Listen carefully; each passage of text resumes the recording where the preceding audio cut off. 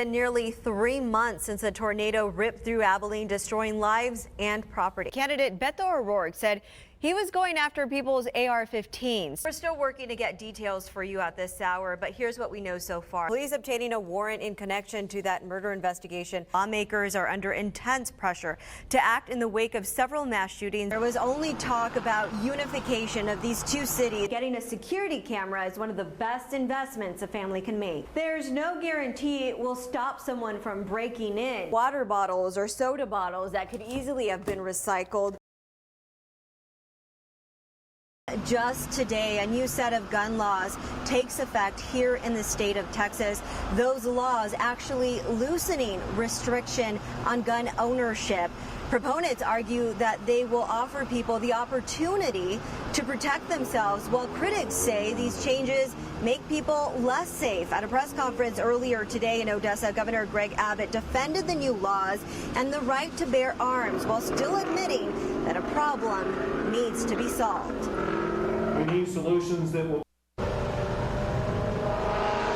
At that vigil that ended just a few hours ago, there was no mention of any dividing issue. There was only talk about unification of these two cities, Midland, Odessa, that this mass shooting this time around involved men in uniform, 3 of them, and the city so grateful, saying that their professionalism is not going unnoticed. They're being called true heroes here in Midland, Odessa. People right now assessing the damage in their areas, going out to their yards. South 7th, a lot of areas hit. You know, you might be tempted to go see what damage there is. Not a good idea. You're going to be getting an emergency worker's way. We've been telling you all morning, if you're just joining us now, the city of Abilene has been working to draft a disaster declaration, specifically for the areas stretching from Corsicana to Willis, Hartford to South 14th. The extent of the work ahead even more apparent when you see that damage from up above. New at 10, K-Texas anchor Will Jensen gives us an aerial tour of one of the hardest areas hit in Abilene.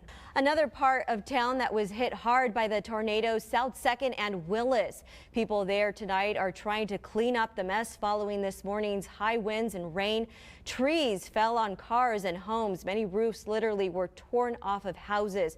Some businesses in the area also saw damage. Whatever this was, tornado action activity. There was one injury on South 2nd Street. A man was treated and released from the hospital, thankfully, after his small cabin blew over. He suffered head and back injuries. Abilene Mayor Anthony Williams signed a disaster declaration. Governor Greg Abbott also making all state resources available. Yeah, now the Abilene freshman is on a bigger mission. She's focused on getting people on board with her push to reinstate Abilene's recycling program. Vicky Gao isn't your typical teenager. For our children's futures and for our grandchildren's futures. On a school night recently, she helped organize a climate march at Abilene City Hall. It was held just ahead of the UN Climate Summit this week. While massive crowds gathered in metropolitan cities around the world, Gao's march was small, just a few people. Still, their message was just as passionate. We're marching in hope so that people will open their minds and understand that we have been given this beautiful, awe-inspiring paradise. Abilene, like many cities in the U.S., are facing a crisis when it comes to recycling. The key city abruptly stopped taking plastic and glass late in the summer. Well, it's not the city's fault, but I feel like we can find potential buyers for that company that won't accept plastic recycling anymore. The problem is that recycling used to be considered a money-making business. That's no longer the case. It's mainly due to China. The Chinese implemented stricter regulations and stopped accepting dirty recyclables, anything with liquid or labels that jam the recycling process. Companies like Texas Metals and Recycling in Abilene have no one to sell it to without the Chinese buying. What's happening is instead we're throwing away plastics that could be recycled just by going through your trash can at home or your place of work like I am now. You're going to find water bottles or soda bottles that could easily have been recycled, food containers. These are going to end up in a landfill when they could have been recycled. Though this Abilene freshman is determined to find a solution. What are we She's taking it one step at a time. Kirsten Barnett is beginning to piece her life back together. It's been nearly 3 months since she was acquitted by a jury, her records in the process of being expunged. In 2017, her case made national headlines when a teacher's aide at Locust Early Childhood Center wrongfully accused her of biting a 4-year-old autistic boy. Barnett went through 3 nerve-wracking days of trial, paid thousands of dollars in legal fees, and fought to keep her teaching license. Barnett believes a more thorough investigation from police could have prevented her charge and a costly case for taxpayers. I truly believe if there had been more, that it wouldn't have gone to trial. It would not have cost the county thousands of dollars in taxpayer money to hold a trial. As a result, the special needs teacher has filed a complaint with the Abilene Police Department for what she calls is a shoddy investigation by Detective Sean Montgomery, saying in part Detective Montgomery not only failed to follow procedures for such investigations, but that he lied under oath, as there was no way that Detective Montgomery could have interviewed the child. This copy of Montgomery's police report makes no mention of when he visited the boy after the bite was reported to police. It was February 1st, 2017, around 3:30 p.m., when police and CPS were called.